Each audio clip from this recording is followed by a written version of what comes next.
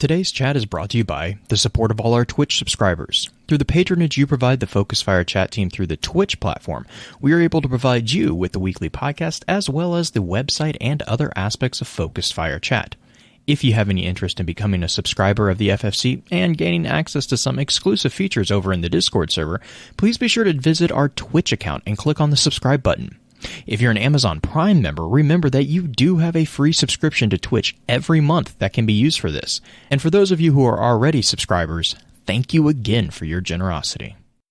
You may have heard the whispers of guardians gathering in the shadows, exploring the mysteries of this world and the worlds which surround us. We are all in search of truth. Sometimes we need to focus that search.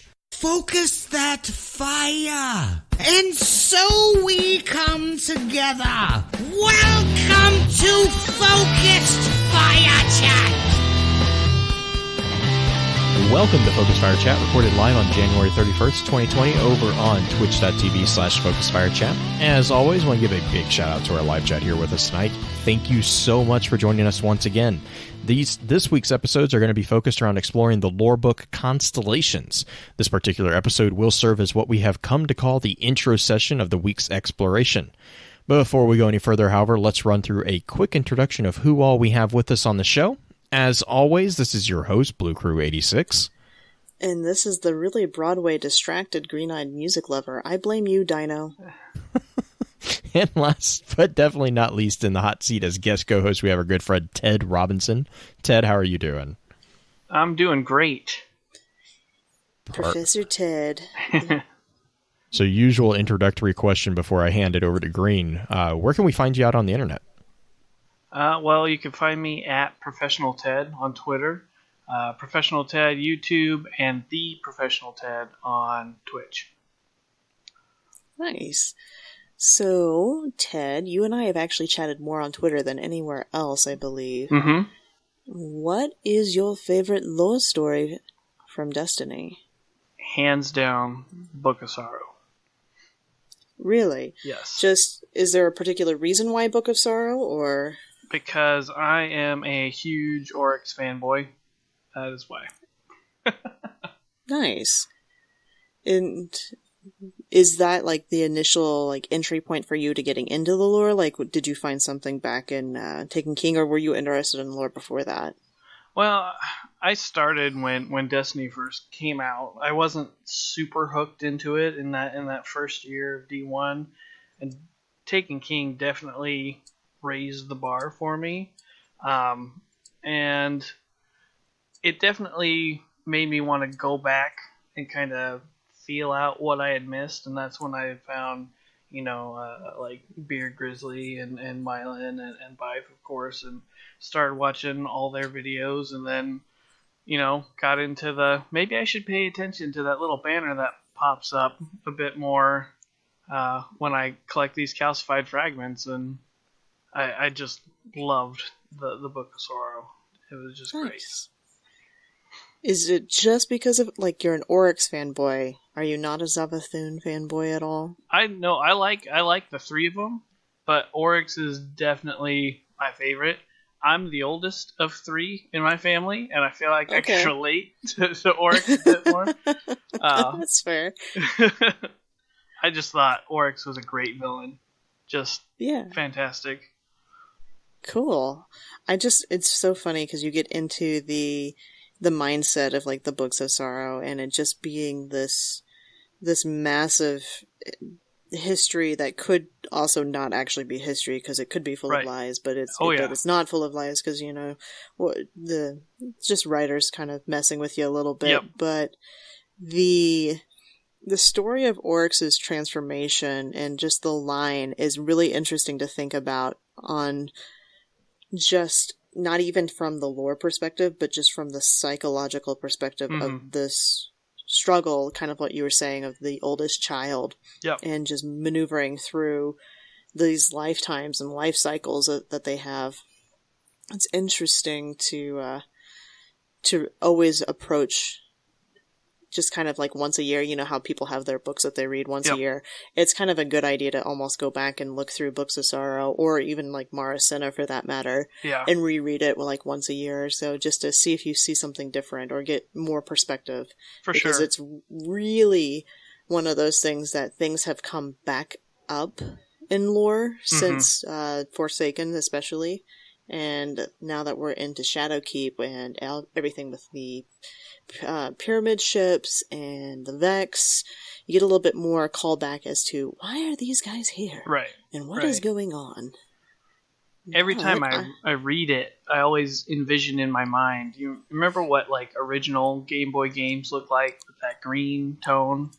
Mhm. I always think of the Fundament in like that sort of color tone area, and I just picture like, wouldn't it be cool if they did like a Metroidvania style game just based off the Books of Sorrow, or what we know as the Books of Sorrow, and just went and had a whole bunch of fun with that. It would be amazing.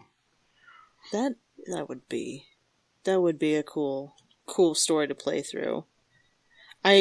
Part of me though, like when you have the opening scenes with the Fundament and the sisters, I don't know why my brain automatically populated. You said a very like in-depth game, and my brain automatically populated Teenage Mutant Ninja Turtles back from like Yeah. the late 80s, early 90s kind of thing. exactly. You want that side scroller. Yeah. Just, I don't know. All right, so final question, kind of our fun, always final ending question is, what class do you primarily play? So, I do know that there's a stigma, right? Especially on this show and with people who are associated with this show. It's okay. Cole. Yes, Cole but has her in thing. Destiny 2, I do main a Titan. Nice. So, secret, Cole is very appreciative of Titans. She may not talk about it. She may not. She makes jokes because of one of our really good friends, Dwyer, who mains a Titan, has kind of always been the Titan personality in our group, and she is, for all the crayon eating jokes that are out there, he started it. She just made the joke. Also, any of the jokes on her feed that have to do with cheese, that's his. That's like a reference to him. But for hunters, she did come up, both she and I kind of brainstormed the other day for hunters and warlocks, what they could do. And she did do the warlock joke already, and that's the warlock tweezers, and how they could be covered in absolute dust and grime, but their hands would be impeccable because they use tweezers to do everything. Oh, the archive gloves. Yeah. Mm-hmm. And then the hunters, she hasn't actually pulled the trigger on this one yet, but you might see a baby blanket reference at some point for hunters. So we'll see when that comes out. Like a Linus type of thing? Yeah, basically, because hunters have their cloaks, and that's kind of like their security blanket. Yeah. So we'll see if she makes that joke. To be fair, I think that the crayon part should be a little bit more pointed at, like, Striker Titans than any of the other two.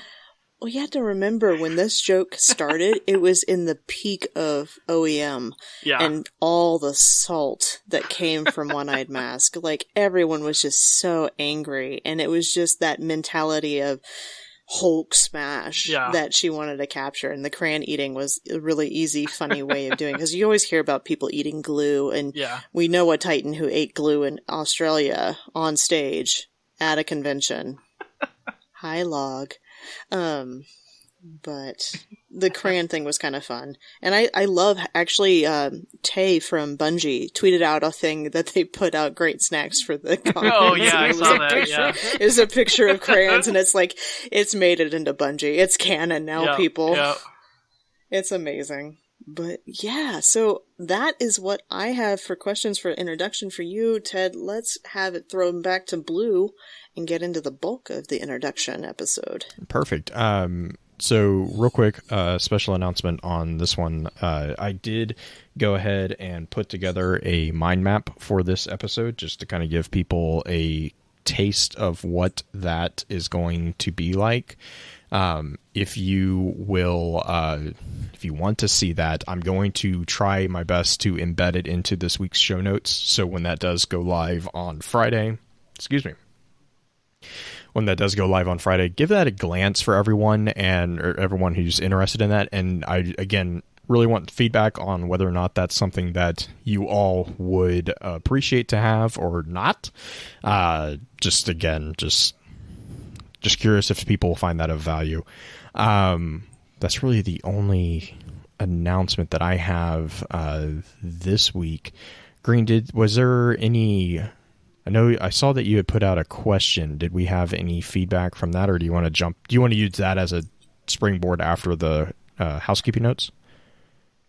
We can use that as a question, but I think that's actually going to be things that we're going to be bringing up in the advanced episode, because a lot of them is more about the functionality. Because my community question was, what questions do you have about the speaker? Just a very easy, basic one, and we got some really interesting thoughts and concepts that they wanted answered. So I think we'll bring that into the advanced episode, because I think the introduction episode should be just the basics of the book. Fair enough. And answering more about that with the advanced episode. Fair enough. All right. Well, so I know everyone is looking forward to diving into the discussion. So let's get the standard just housekeeping notes out of the way, and then we're going to get right into it. In our last episode, we discussed the Pigeon and the Phoenix with Tracheon. If you're enjoying the show, please be sure to let us know by giving us a shout over on Twitter, leaving a comment on Podbean, or sending us a quick email at focusfirechat@gmail.com. Reviews or comments on where we can improve are always welcome. They let us know what we can do better to help create a more enjoyable experience for everyone. To all those who have already sent us feedback or left us a review, thank you. As many of you are aware, Focus Fire Chat is a community in which we offer the chance to dive into lore from within various titles and mediums, with a special focus on the Destiny universe. Every Friday at about 10 p.m. Central, the podcast team gets together to stream a summary for the chosen topic of that week. The hope for this is to help encourage dives into aspects of game lore within both our Discord server and within the other communities we share the digital world with. If you're a fan of lore in all its various forms, be sure to also check out thelorenetwork.com, a central hub for content that covers a wide variety of different titles and mediums. Our full show notes for each week's topic will be posted here, so for the additional information and guest details, be sure to check the site out. Our next topic is going to be an exploration of various game genres and designs. That being said, however, we still want to hear your thoughts about this week's topic. Be sure to weigh in over on Discord, and don't be shy in tagging any of the team in on the conversation. We can't wait to read what your thoughts are. But for now, let's get back to the show. And Green, I will let you lead us in a discussion about the cocktail knowledge for this week's topic. So there's not a whole lot of actual cocktail knowledge. If you want something that's going to be like a 3-minute or less type description of the book, I would go with Constellations is kind of a history/journal perspective of various speakers throughout the age of what speakers have been around. You get everything from the first speaker that at least wrote a journal entry to the last speaker, the speaker that we know. And there are points within each, well, not within each cards. There's points within some of the cards that come from the perspective of the traveler gifting like a dream sequence, and there's perspectives of the interpretation or the speaker itself or themselves trying to interpret it and write it down, which is a fascinating thing in general. Beyond that, you see the struggle of the speakers and through the collapse, and the struggle of the traveler in particular through the eyes of the speaker, and get a little bit more perspective, I think, through this book. Sound like a pretty decent cocktail knowledge of what this one is, Blue? Yeah. Let me see real quick. I know I threw a couple of the quotes into the mind map. I would say that we do kind of delve into like the explanation that Green was kind of mentioning. Do you want to talk about the tenets any, or do you want me to hold off on talking about those? I don't think it's necessary for the introduction episode per se. Okay. The tenets, I mean, we can say it because it's only 4 tenets and they're pretty simple and short. Yeah, I was going to just read the little blurb that I had threw into the mind map for a summary. Go for it. I just said, noted as being, quote, interplanetary relocation maladjustment psychosis, end quote, by Golden Age scientists. Nevertheless, the position which would come to be known as a speaker, notice a speaker, was one that many held in high authority. Some even claimed that their dreams/visions were prophecies gifted to them by the traveler, though all speakers agreed on the following 4 tenets regardless of the visions they were given. The first tenet was the traveler is a force of benevolence. The second tenet was the traveler is a sentient being with free will, dreams, hopes, and fears. Third tenet was the traveler will save us. And the fourth tenet was the traveler will leave us. And the fourth tenet is a linchpin, I would argue, especially after the collapse. And I think the cool thing is in the same way, and I can't agree. I'm drawing a blank if you mentioned this, but in the same way that the Black Armory papers show us a glimpse of prior to collapse Golden world, we actually do get a snippet of an idea of how much time had passed, because we had a comment made about the Bray family. We get a sense of the Golden Age has been around for a long time. We also get a sense of the collapse is not a single instance. Like it is over a period of time.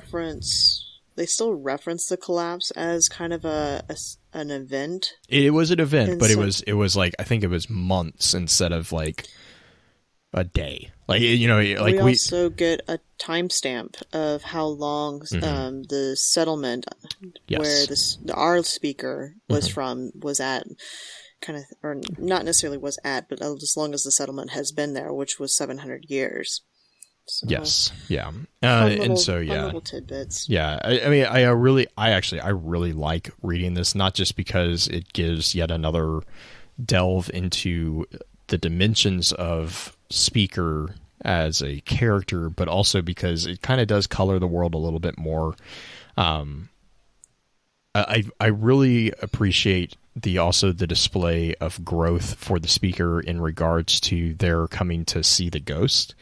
Like how I think it was in Waking, the first speaker to see the ghost, and then he or she witnesses that ghost resurrect a light bearer and a woman, and like they mention that they have a flash of jealousy. Like they're like, oh, right. Like, I love that little tidbit. 'Cause you kind of see,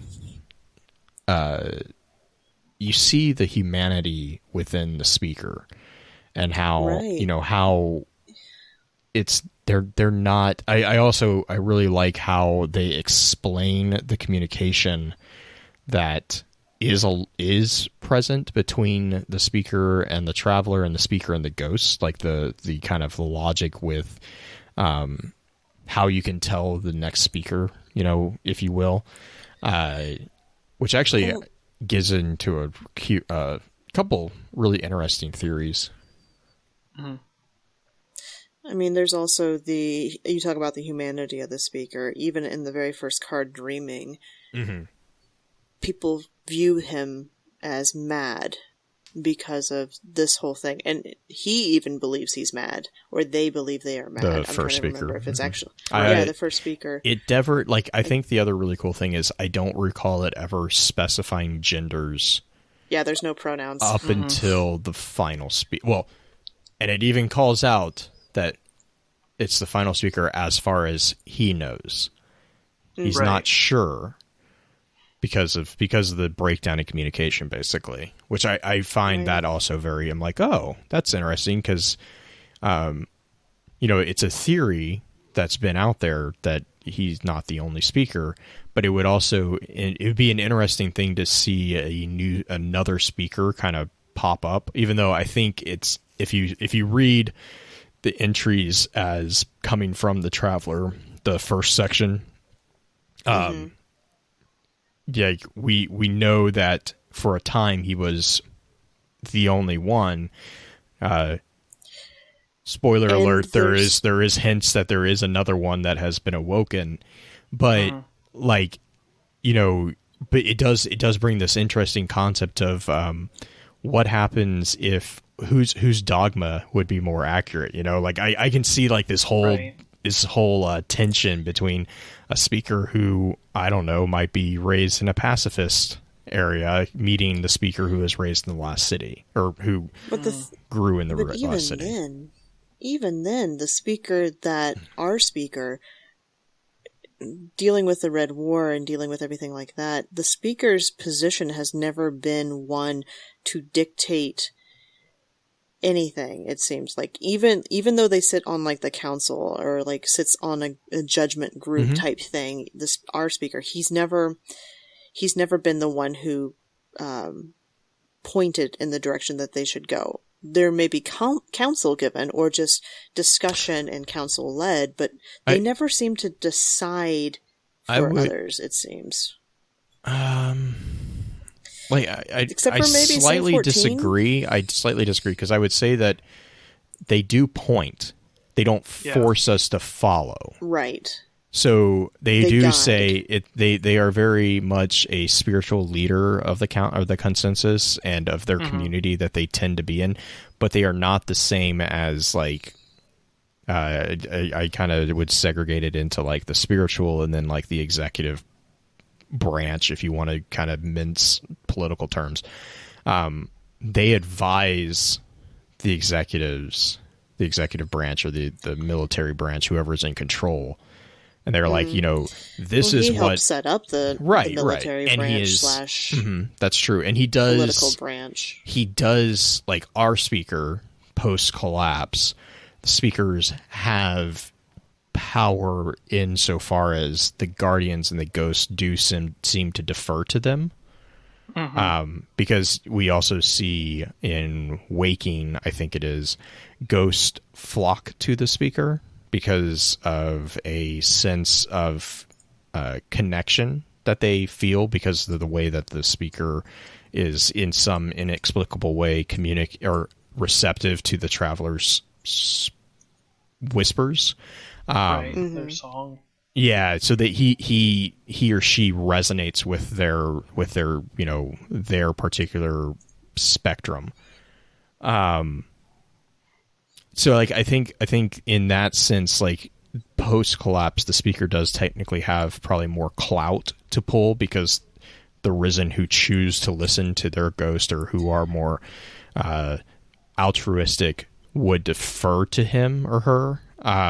Whereas pre-collapse, I get the sense that like pre-collapse, the only people who really were like, oh yes, we'll do whatever you say, were the Moon X cults, you know, like the ones who, oh, you're a prophet, you know, that's a heavy word to throw around. And like, whereas the other, like the Clovis Bray facilities, you know, I think, what was it? They described it as, I love the description. They described it as interplanetary relocation maladjustment psychosis. I'm like, yeah, that's psychobabble. Like that's like, they're like, it's happening, but you know, it's like, I don't know. Like, I think that they valued it, but they weren't like, oh no, you're going to tell us how to do stuff. Like they used them as a tool, not a leader. But at the same time, like prior to the mask being made, and you hear the speaker who was tinkering with the mask say that all they knew of the traveler's dreams was what the previous speaker had told them. And so in that, there was kind of a decision being made into not cluing everybody else in on that, and that's been secrets that speakers afterwards have had to bear the same weight of. So they don't make outright decisions, but as far as important decisions, I think they have made them kind of on the side without anybody really being the wiser to what's happening on their end. Right, and I think that taps into the whole, you know, post-collapse like the concept of I love this one, but it reminds me a lot of Mad Max, Immortan Joe. You know, like that, Right. not like nefarious, not like the nefarious aspect, but like how that personality, there was a cult of personality kind of built around that individual. It's because at its core, humanity seeks answers. Like they want to understand stuff. And so when you have a figure who, for better or worse, is like, this is what's happening and this is why it's happening, especially in like dystopian environments that have, and this, I mean, like go watch any zombie movie or any zombie TV show, you will always have like this random cult of personality that's doing some crazy nonsense. And they're like, why are you doing that? It's because people, like, there is an unspoken desire in the majority of humanity to want to belong. They want to have, you know, their group. They want to have, you know, answers. And you have someone who offers that, whether or not it makes sense. Yeah, it's the whole thing of like they gravitate to that. People gravitate towards that. And I think, you know, as such, the speaker, like I think it was in Severing, which is where the collapse occurs, and the silence of the traveler, you know, up until that point, they had the scientist who had been like, no, you have this psychosis, and no, you don't have this you know, whatever. After that, all that kind of fell away. And so then you had Waking, where you see the speakers are still present. And all of a sudden, all these ghosts start flocking to them. And so, you know, you have this whole thing where you already have people who have had the rug ripped out from underneath them, if you want. And then you see all these like things that, you know, supposedly came from the traveler, and all of them are deferring to this one person. Like, Death of 1,000 Cuts leads to that person being kind of like, oh, you know what's going on. And, you know, all it takes is one of them going, yes, I know what's going on. Like, you know, yeah.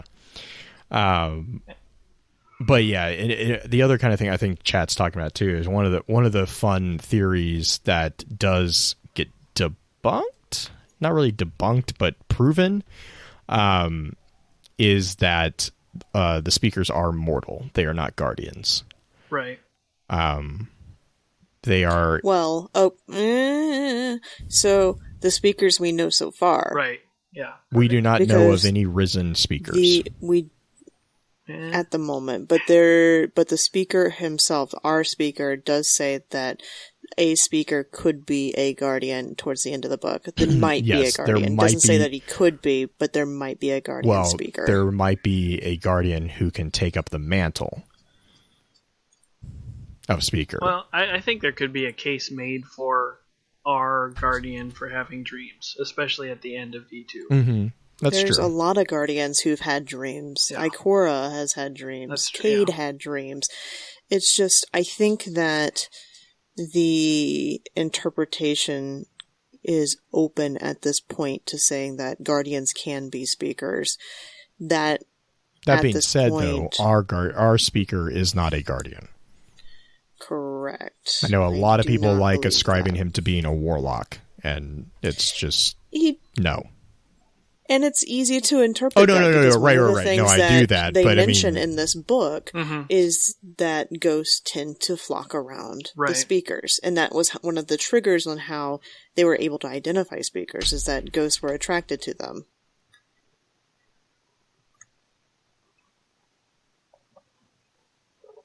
Yes. Okay.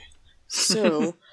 do you want to talk about some of the different stories within the book? Because there is a cute little story, and I believe, Ted, you had talked about it with me a little bit before we started the show in the card Longing, with the speaker being taken by drugs. Do you want to talk about that a little bit? Yeah, that's one of my favorite parts of Constellations. Being able to see that... different side to the Fallen, one that's more worried and just kind of down, kind of how the speaker and humanity was at the same time, and showing that it's not just us who feel that way. I thought it was really interesting to see, and for it to be dregs of all fallen subclasses, just they're kind of seen as the lowest of the low, and for them to just take a speaker, and start asking questions, and to just kind of sit there after the speaker says, I don't know what the great machine is saying. I don't know what to tell you. And they just kind of sit there defeated.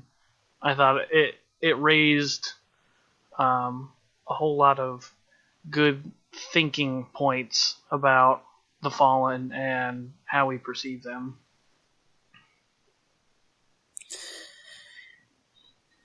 So, yeah, that one's kind of a sadder story with it. Yeah. The singing, the next card, Speaker to Never Dream.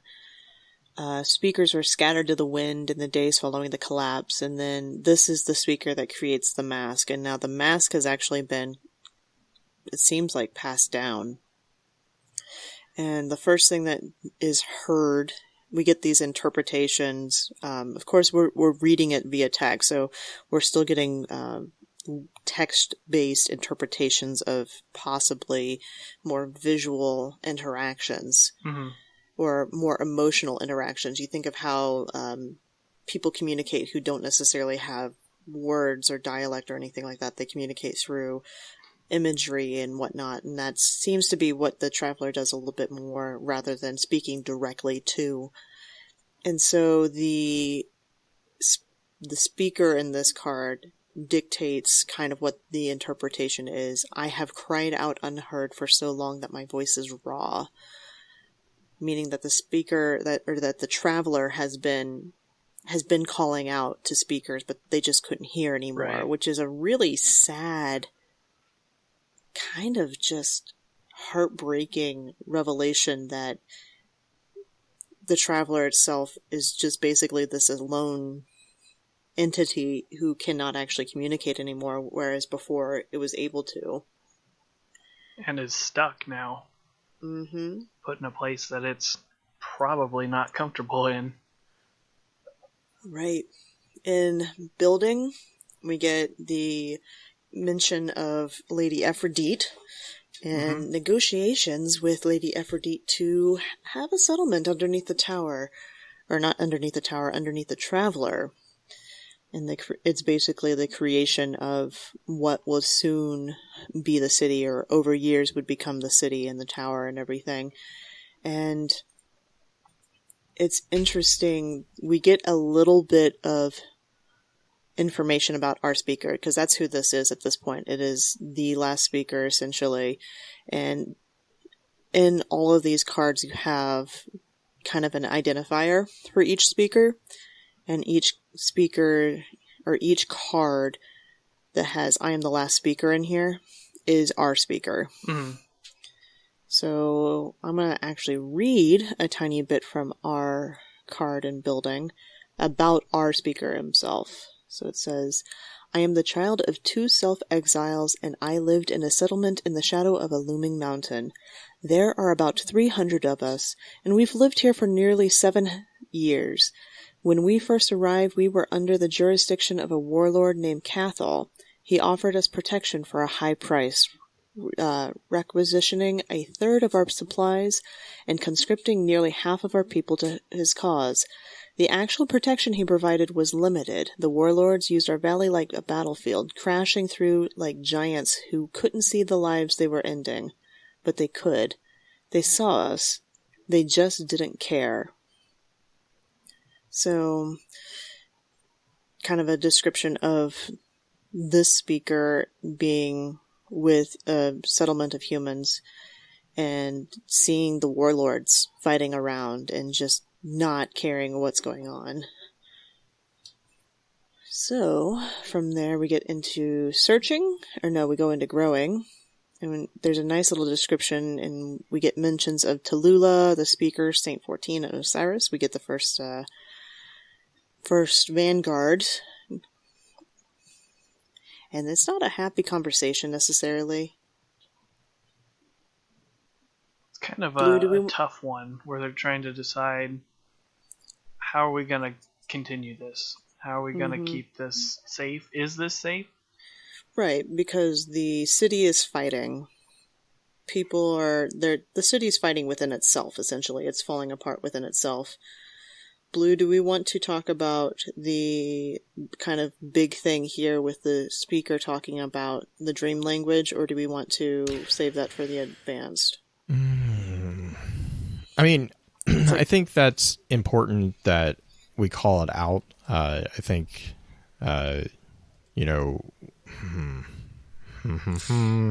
The basic thing that you need to know about this is that the speaker in here doesn't confide in the Vanguard this series of thoughts about how the dream language works, but it's kind of that own self, that humanity, that self-admittance that really doesn't know what the traveler wants. He can't tell them that, but he doesn't know how to communicate that to them. And it's the whole idea of he's an interpreter, not necessarily the speaker. The way that he says in Growing, it's like the traveler does not speak to me in words, but in dreams. And then he goes on, and I think I really like how he goes on and says this. He says, dream language is cramped. The messages come from the traveler, disintegrate on the way to me, and reform into something else. I am an interpreter more than a speaker. I hesitate to say irony, but it kind of strikes me as irony here, is that this is also a point of contention between him and Osiris, because Osiris is in a similar way experiencing things. I'm not going to say that Osiris is countering the traveler, because to Osiris's perspective, like especially within margins in our last episode, we talked about this, like Osiris is looking to get answers and he can't, like he's struggling to get responses. So I don't think Osiris is having the same connection that the speaker does, but Osiris would have been, like, of all of them in that room, Osiris would have understood him explaining it this way. Like, I just find it funny that he's like, I'm not going to tell you. It's similar to the fourth tenet. I'm not going to tell you, and then it's too late, and now the situation that could have been somewhat, arguably been prevented, is no longer. It's a self-fulfilling prophecy. It's you created a situation in which the problem exists because you tried to prevent the problem, which is the classic self-fulfilling prophecy. This strikes me as one of those situations. Is like the schism that exists. Well, a large part of the schism that exists between the speaker and Osiris that you see growing within. I think it's growing and building. And then also within the Pigeon and the Phoenix entries with the schism between Osiris and the speaker, hinges on this misconception that one of them is in communication or in some form is getting communication and is clear communication. Whereas if the speaker had just, admitted, I'm trying to interpret the best I can, it's the classical, I don't want to admit that I don't know what I'm doing. And so, voila, we get into the situation that we get into. Yeah, and this is that point where we were talking earlier about the decisions that the speaker makes. I think right here is a prime example of he may not have meant to be making a decision for everybody. Right, but and by you see that coming out with the truth, that's a decision being made. Yes, and not making a decision is making a decision. Yeah, because you see that in Suffering too. Like Suffering, the very, I think it's the very end, if I remember correctly. He like basically is like, oh my gosh, if I had just said something, he's like because Suffering is that's the end. That's right onslaught before G2. Of the Red War. Yeah, because it's before the War traveler happens. saw everything, or it saw the cage well before it, and the speaker just didn't say anything. And it was like, I think that's where we find out that our speaker is actually, for as old as he could be, is really green at his job. Well, and I think that goes back to, again, it's the traveler has not spoken clearly to the speakers, if it ever did, in a way that could be taught since the collapse. Because after the collapse, I think that was in, was it Severing? The difference between severing and waking is decades. Like, it is called out that it's decades after the collapse that we even see a resurrected individual. And it's not even until singing, which is well after waking, that they start crafting the mask from scrap metal. So, I mean, like, there was a dry period in which speakers were speakers, air quote, in name only. And I think they call it out too. There's a lot lost because the speakers are identifying, hey, you're replacing me because you're getting these like blinding headaches, ghosts follow you. There's something there, but none of them. It's a game of telephone with people who have no idea what the telephone is. Like, they don't know what they're teaching.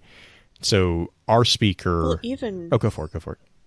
Even in growing, the traveler itself calls out that there's two lines. You try to shout and be heard, but there's only one little star in a sea of thousands that can hear you. Yep. It only understands a fraction of your words, but it tries, and that has to be enough. So the traveler knows it's it's trying to speak to us, but it knows that there's a communication, lost in translation. And actually that kind of, I did went out and I scraped through all the Alpha Lupi text, from way back to the ARG that was out before the Alpha, to the D1 Grimoire, to items, which is admittedly pretty much only the crest of the Alpha Lupi. And then I also threw together all of the text from the entries in the book on the mind map. And there is the component that is mentioned on, I believe it is Moon, Ghost Fragment Moon. Hang on real quick, let me pull this up. So it's Dreams of Alpha Lupi. It goes along with what you're saying right there. It's also saying the best voices that truly matter, never allow themselves to be heard. This lesson is worth learning again and again forever. Your voice moves as a whisper murmuring inside larger winds. Only the trusted few can absorb what is necessary. Wise and sly and perfect your instructions drop, leaving nothing but the hard, sweet rhyme of enlightenment. The path is set, your voice is unleashed. And so that's, with the revelation of what we have in Constellations, I would really argue that this is talking about the speakers. Like, it's talking about only the trusted few can absorb what is necessary, which is so aggravatingly vague. Know. Because we don't know what causes it to be trusted, because there's only or what's necessary. Right. But you mentioned that kind of as a teaser that there might be another speaker, a possible speaker already, and it's because of the card growing that we get that. Right. Yep. Because the traveler goes on to say, life goes on beyond your control as it always has. That is the curse of your creation. Oh my God, the last line. Things you build are not your own. And then another star blinks into existence. So if you remember the line from earlier where it says, only one little star in a sea of thousands can hear you, so the fact that another star blinks into existence. Right, and I see, so my problem with that is, my one problem is that just having another star blink into existence doesn't necessarily mean that there's another that can hear it. Because it calls out specifically that it's one star in a sea of thousands. There are thousands of stars. Yes. So there are other stars. It doesn't mean that's... there's so many different ways you can slice and dice it. As a star. Yeah, it could be interpreted as a star that can hear. Or it could be interpreted as just one amongst another or one a powerful star or something, Which is interesting because this brings to light that if ghosts were truly created at the collapse or at when the slivers, we're going to get a description in one of the other cards about the actual collapse, which is kind of a gut-wrenching one. Plus the implications. Yes, there's lots of implications. Oh my gosh. Also implications in the very last card about why the traveler never left. But that's the implications I mean, sorry. Yeah. Yeah. So with this one, if it's the ghosts themselves are not the stars that the traveler's talking about. It's the souls of both humanity and I'm kind of assuming the risen as well, but I don't know. He's referring to one star in the sea of thousands that can hear, which would be the speaker itself, the one soul that can hear.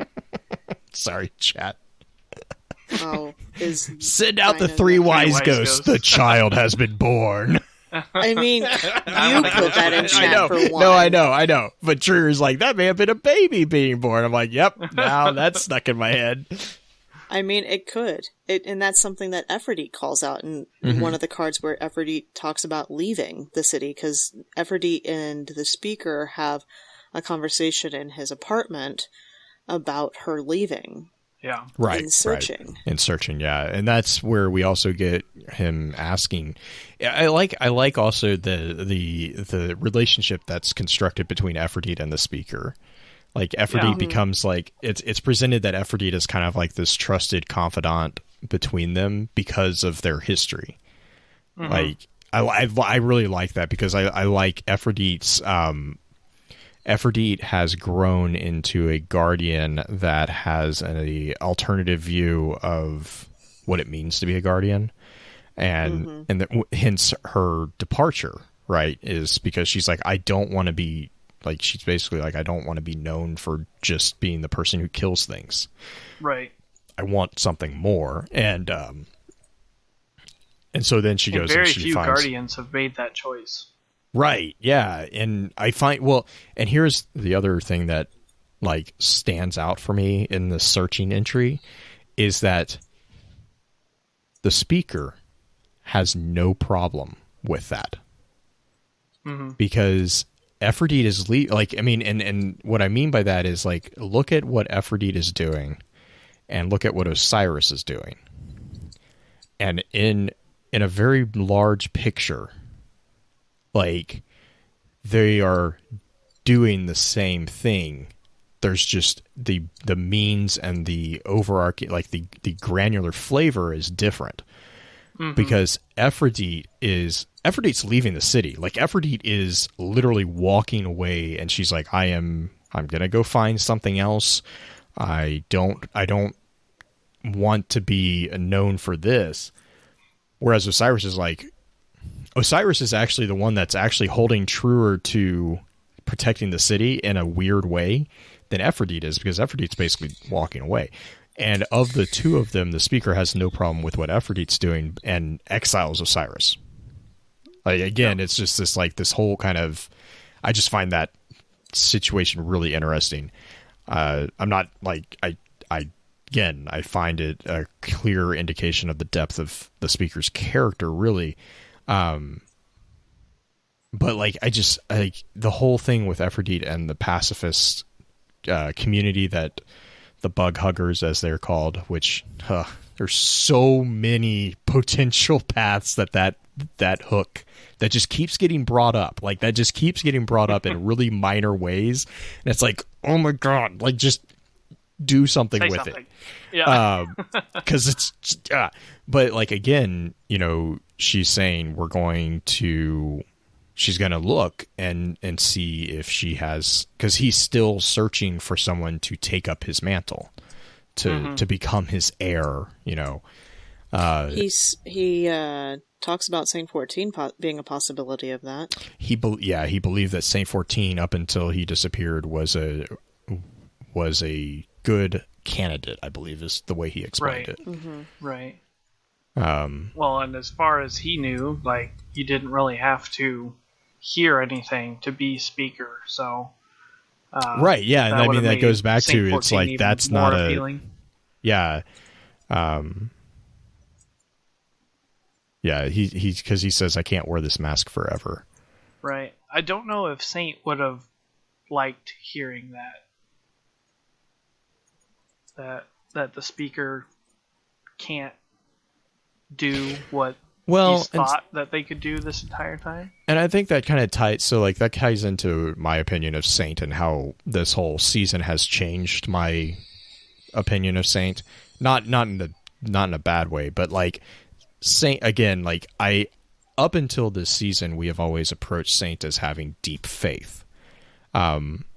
Saint, like with the revelations of this season, it's like I've kind of come to the realization, just personally in my head canon, that Saint is not faith, it's confidence. He knows what's going to happen in his timeline because we revealed it to him.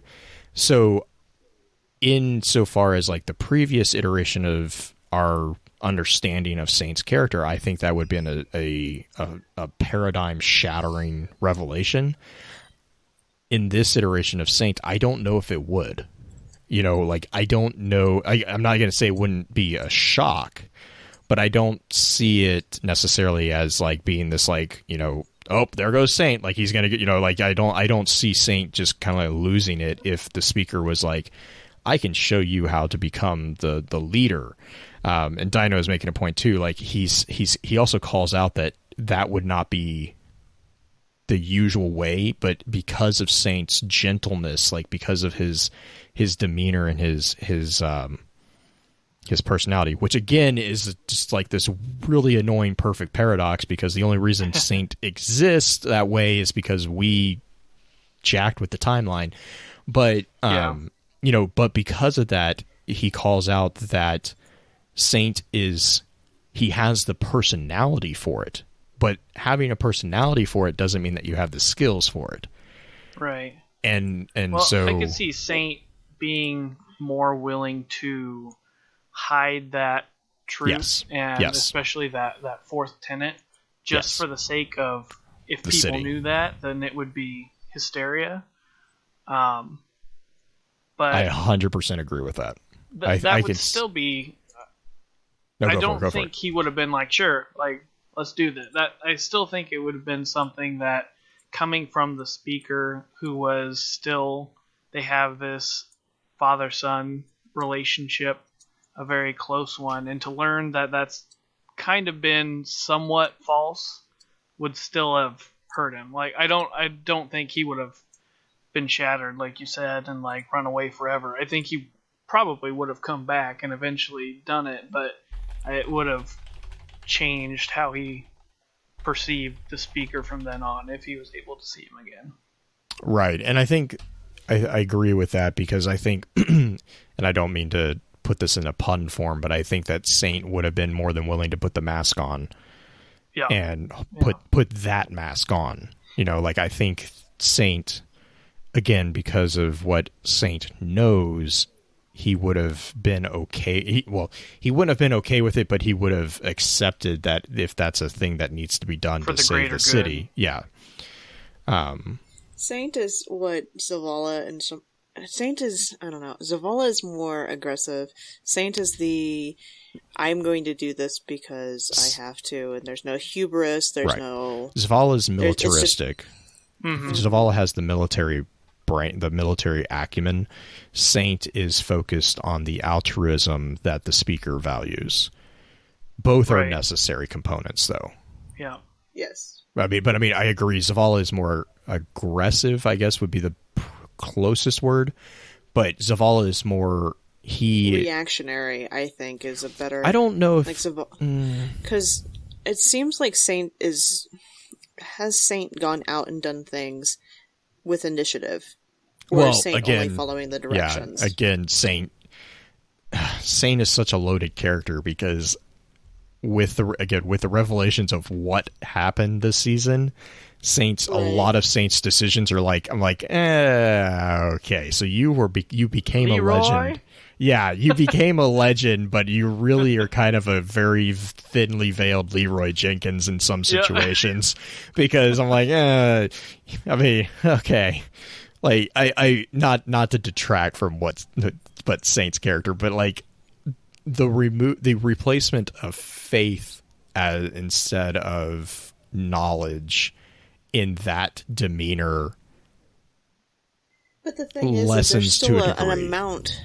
There's an amount of faith that Saint still has to contain, because even though Saint has quote unquote seen the future aspect of what's going to happen and knows that it's going to come to pass, as we go into the Infinite Force, we know that we can change things. Is it literally the destiny, the predetermined aspect that gives him I think there's still a slight amount of faith, because I know I would struggle with that. Yeah, no, and I guess I look at it as the Merchant Alchemist Gate situation, where it's hard for me to not see the development of Saint's character as a direct result of us messing with Saint's character, which was a direct there's that paradox, right? Right. I find that interesting there. He's not as Brother Vance as we thought he was. Yes, exactly. Yes, which is not necessarily a bad thing, but it's also not necessarily. I mean, well, and it's not necessarily a good thing either. Like, I mean, there's some pros and cons with that. But yes, that is a really yes. Yeah, that was a very good way of putting that. I think we should kind of wrap up the intro, because I know in the advanced session we're going to have a lot more to dive into, because there's so much revealed in these cards, so many nuances, and it's not very long. This book is actually really short, so between really now and Friday. Yeah, it's really fun to read too. Between now and Friday, for those of you listening on the podcast form, not in the live version, please do yourself a favor, and if you haven't read the book, go and read it, because what we're going to dive into in the advanced episode is going to be a lot more than just this basic overview. So if you're going to join us for that advanced episode, please read it yourself at least once. I suggest at least twice, because you're going to miss things the first time through that you're going to pick up the second time. So you have homework. It's a fast read too. Like, it is. 15 minutes tops, if that. Blue? Yeah, let's just roll into shout-outs then, because I mean, I agree. I definitely agree that before we're jumping into the advanced session, getting at least a decent grip on source material is always helpful. But for introductory session shout-outs, Green, do you want to lead the charge on that one? I am going to shout out... I'm going to shout out Mr. Man-at-Arms, Rick, who has both revealed to me things that should never be revealed, and has made a point of messaging me on a fairly regular basis. Almost every morning I get a message from him of a funny tweet that he's put out, just because he wants to, like, poke at me a little bit, I think. But also because he pokes at Blue, and he knows I find it hilarious he pokes at Blue. So shout out for you for like making me smile a little bit each day. Love you, Blue. Mm-hmm. Ted, what about you? I'd like to shout out everybody who on Twitter reached out to iFatebringer. There was a rather worrisome tweet that they sent out last night. And from what I could tell, there were just so many people in the community who reached out and gave a lot of positive vibes. And from what I've seen through other people's posts and stuff is that iFatebringer is doing fine and is with family and stuff like that. So I think that's definitely a point that we should applaud for the community. Yes, definitely. I saw the tweet. I think it was earlier today that they put it out that everything is okay and that they're getting through it, which is I think is what they said. But yeah, I mean, and a big shout out to you, Ted, for jumping on with us and chatting with us. Yeah, no problem. I appreciate everyone's willingness to jump on. Green, speaking of which, do we need to put out a call for scheduling people? Are we still good on schedule? I will be doing that at the beginning of next month. That is the next time. Yeah, that's one of the things that I have at the beginning of February that I want to do, but I wanted to wait until we got through these episodes. So if you are interested in being on the show, you can DM me through a variety of sources. You can either hit me up in the Discord, you can hit me up at focusfirechat@gmail.com. Blue will forward those on to me. Or you can even email me at my own personal email, which is greeneyedmusiclover@gmail.com. Twitter, you can just hit me up there. Or if you're not a Twitter person, go through those other avenues. The website will route stuff to us as well. Yeah, so I will be doing an official call out probably sometime, well, when this airs, probably sometime in the beginning of this following week. So it would be the week of the 10th is when I was planning on putting a call out. So awesome. Well, yes. Well, everyone, thank you for your time. And until next time, remember, with wisdom, we conquer. Stand strong, stand tall, and keep exploring. With that, we'll begin to wrap the chat up. Thank you again to those over on Twitch for coming to spend your evening with us. If you'd like to join us for the live streaming of the episodes, please be sure to give us a follow over on twitch.tv/FocusedFireChat. Links to all our episode archives can be found at www.thelorenetwork.com. Please be sure to email us at focusfirechat@gmail.com with any comments and or questions for the team concerning the podcast, and let us know how we're doing by giving us some feedback and a rating over on iTunes as well. So until next time, focus your fire and may your light shine bright.